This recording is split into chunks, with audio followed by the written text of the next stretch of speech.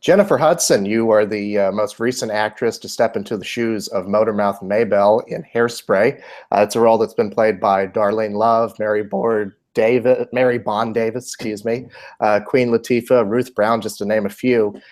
How was it stepping into those big shoes for this production? You know, it definitely wasn't easy. One, because of all of those great actresses that portrayed the role, but also because of the weight that Motormouth carries, like the story, like she carries the message in the story, but in such a short width of time. And so it was extremely important to me, like, okay, how can we capture this, you know, and deliver the message in such a brief second, you know? So, you know, it's not an easy character to portray. Yeah, for that reason. Well, tell us a little bit more about who Motormouth Maybelle is and the message that she conveys in this show. Well, Motormouth, I mean, because this Hairspray is a show about like society not accepting diversity, and Motormouth was very much about that. She's extremely empowering. She's a powerful woman with very strong presence, and she's the celebrity of where she came from, you know, by being a DJ, and she had the young kids looking up to her. So she would instill strength and empowerment in the children. And then also in the midst of trying to bring everyone together with that, you know? Mm-hmm. So how did you put your unique stamp on the character? What were, I guess, some of the, I don't know if it's new things that you brought to it, but how did you put your own stamp on it? Wow, that's a tough question. How did I put my stamp on it? Definitely thinking of Motormouth resembles so many like figures in my family of powerful women. Even just the gist of the story and the depth of the message that Motormouth was to portray, it kind of parallels to the times of today. Like, for instance, when we did the I Know I've Been Seen, or even Big Blonde and Beautiful, you know, it was like a going against the struggle and trying to find a way to cross to the other side or bring everyone together. You know what I mean? Things like that. So unfortunately, I didn't have to stretch that far, because normally for a piece that's done back in an era like that, you would have to research it. But I feel like we kind of live in a similar time today. So if that makes any sense, we, you know, as far as the cast, we didn't even have to stretch that far to find that thing that connected us to that moment, because we kind of sort of see it in our time today, if that makes any sense. Right. Actually, would you mind elaborating on that a bit more? I mean, because this is a show that takes place in the 1960s, but it still feels very relevant to today.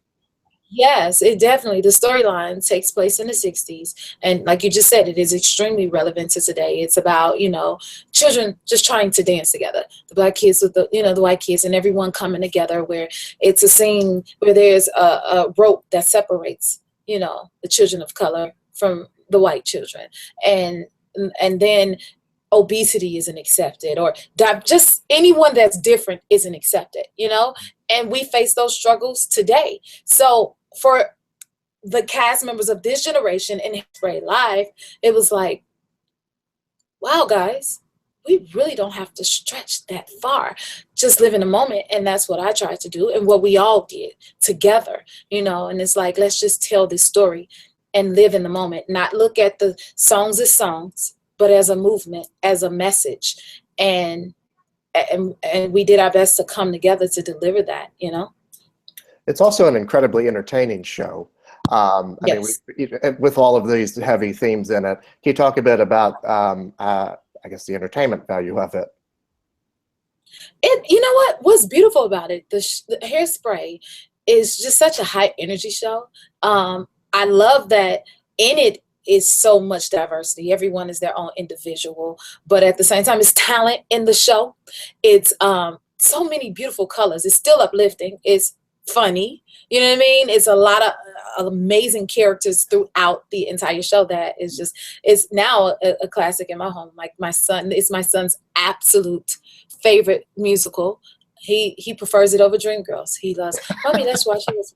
You know, so it's something that, like, because we all had such a great experience in production, preparing to do this one night only on television, the entire cast, we grew a great bond, and we created some amazing memories from it. Like you said, this is the latest in the new live musicals that we see on television, one night only. Tell us a little bit about the rehearsal process. I'm assuming you guys rehearse this a lot like a stage play.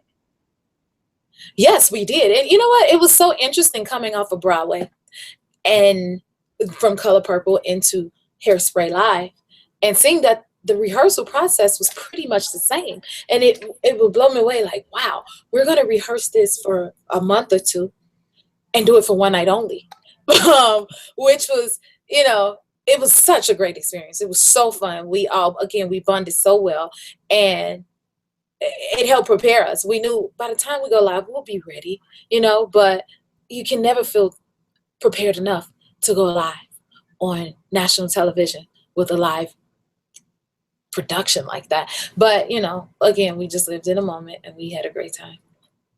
And working with Kenny Leon, the director, what was that collaboration like for you? Kenny Leon is a genius. I must say, he's now one of my top favorite directors. I love how hands-on he was, but at the same time, how he allowed us to develop our characters. And it was almost like a class at times, where we would sit and listen and learn from him, and he would give his instruction, but at the same time give us enough rope to be able to experiment to find our characters.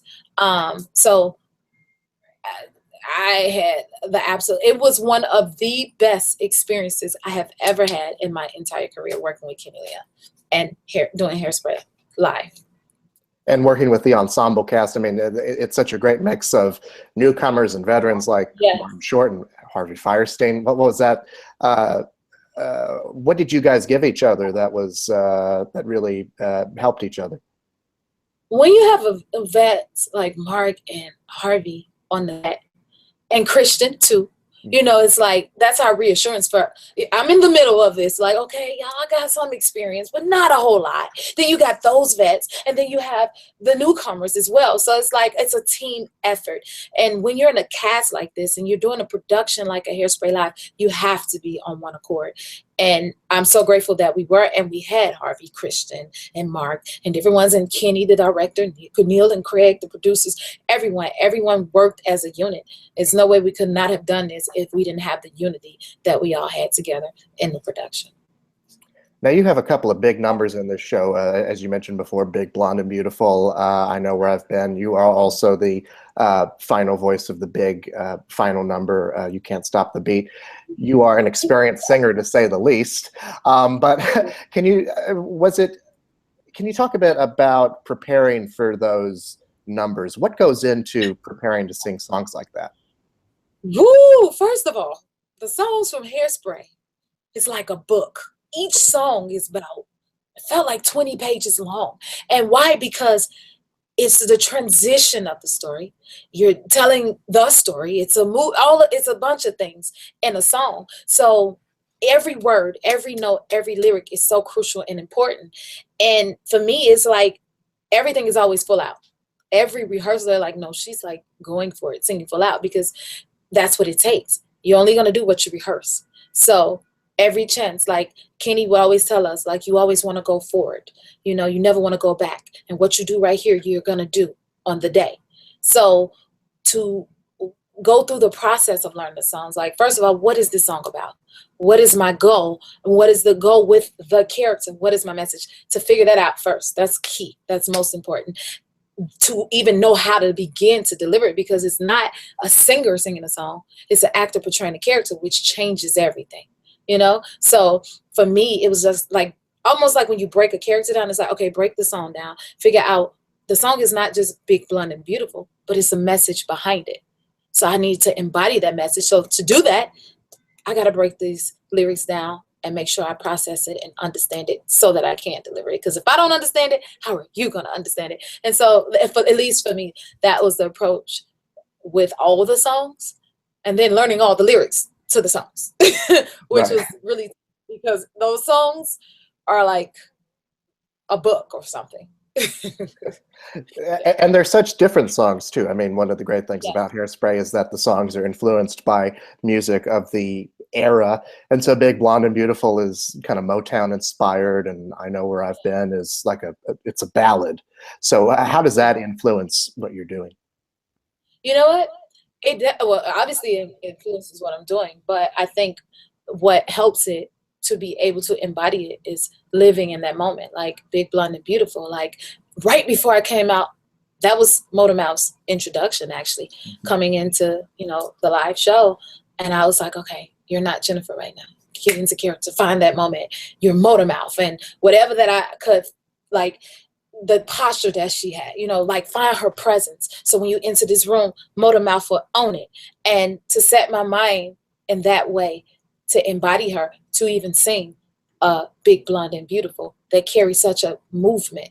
It was such a movement in that song. And it's like we're marching, and we're marching for a purpose, and something is going to happen and shift in this moment. And then with I Know Where I've Been, like everything about that was in the moment. We didn't even know we even made it to the end of the song. We were all in tears and just like being present. To me, that was the key with I Know Where I've Been. Like all we have to do is live in this moment, listen to each other, which Kenny will always say, listen to each other, you know, be in the moment. Don't act, react. Speaking of the moment, take us on to the day of shooting of the performance. What were some of the backstage dramas, or give us some inside stories into that day? Well, it was challenging because we were on the entire Universal lot. We had to take carts from set to set to set. And sometimes it wasn't enough time for that. So it's like, and you're changing your costumes. You got to make it, you know, you got to make it in due time. And sometimes we didn't make it. So you got to run to that next set. And then again, from being in rehearsals at times, we'll stop after we finish the scene and just laugh and ha ha ha. Hello, you can't do that on the day because we're in real time. So we had to get out of that habit of like, oh, wait a minute, I got to get to my next scene in my next moment. So it was a huge risk of, we had to run a tight ship because it was a huge risk that we could like miss a beat and drop the ball, and there's a scene missing. So luckily we didn't have any of that, but those are the pitfalls we had to look out for doing a live production that big. So have you watched it since it's aired? I mean, obviously you can't watch it while you're performing it, but have you seen it since then? That's the interesting part. Like, you know, you can't watch it if it's live, not right in that moment. I got to watch it maybe at least like 2 weeks after. And I wanted to be a family moment. We all sit at home and watch it on the couch because it's amazing when you can be a part of something and then look back at it and remember every moment and what that represented in that moment, you know? So I watched it back when I got home for the holidays with my son. And then one day I was driving and he was singing the soundtrack, and he decided to do every single dance move to the final song. And I could barely drive a car because I'm like, no, you like really know the full routines. He knew every character. So again, it's embedded in us to this day. And it's one of our favorite soundtracks and one of our favorite now, like, I don't know what to call it, DVD, movies, Broadway, I don't know, because it's like a Broadway production, but it's on DVD now, so it's kind of like a movie. Well, what's great about things like this and some of the others like Grease Live and The Wiz Live is that they're able to bring the Broadway experience to people at home. So what do you hope people are able to when they see this? What do you hope people are able to take away from it? Wow, just the beauty of theater, and I hope to see it, you know, be more visible in on television and more accepted. It's such a beautiful industry and craft and art, and I'm just proud to have been a part of it, a Broadway production that was televised live, and I just hope it draws more people to it, most of all. Yeah. So I wanted to ask you about your experience of Dreamgirls and winning an Oscar for that. That was very early on in your career. I mean, you practically came out of nowhere. What was that experience like? And winning the Oscar, what did that recognition mean for you? Wow. You know, when I was nominated for it, or right before, from Jamie to different ones, they'd be like, she has no idea what she's in for, and she didn't even know what it represents, any of this. And I'm like, and I didn't have a clue. Even to this day, I'm like, I have an Oscar, I'm an Academy Award winner. But I will tell you, it added more pressure to this because of that. Like when I did Dreamgirls, nobody looking at me. You got all these heavy hitters from Beyonce to Eddie Murphy to Jamie Foxx. So it was just like, oh, I didn't have those pressures. But now I'm an Academy Award winner. 10 years later, it's Hairspray Live. It's like, hold on, y'all, I can't mess this up, because now it's a certain expectancy of me. So I know for Dreamgirls, like, I just wanted to get my lines right. And I wanted to make the people who gave me that opportunity proud and happy that they chose me. And I didn't want to let them down. So anything else that, like all the accolades and awards that came from that is an amazing bonus. Well, I remember that year you won the trifecta of the Golden Globe, SAG, BAFTA, all those things that we in the awards watching business look to predict who's going to win the Oscars. So I wonder, on the night, did you know you were going to win, or I mean, were you still shocked that you pulled it out in the end? Yeah, no one, I don't think anyone can ever be too sure on anything like that. And again, I told myself, sitting in there, said, you know what, you did awesome, just getting this far, just being a nominee. I didn't expect that. I never thought of that. So when they called my name, I honestly thought that I just heard that, and that was in my head. And I said, Jennifer, don't get up, because then nobody else hear that but you. And then I looked over, and Bill Cunningham is looking at me, the director of Dreamgirls, who I love, and everyone else. And it's like, oh, y'all heard that? I should get up. But again, just being nominated and making it that far to even be at the Academy Awards was like winning to me. So to this day, every time I hear people say Academy Award winning actress Jennifer Hudson, I'm like, wow. And it's 10 years later. So even talking to you now, it's like, okay, this is how did I get here? But I'm happy to be here. I'm grateful for what I do. Well, Academy Award winner Jennifer Hudson, thank you so much, and congratulations on Hairspray Live. Thank you. Thank you for having me. Of course. Have a great day.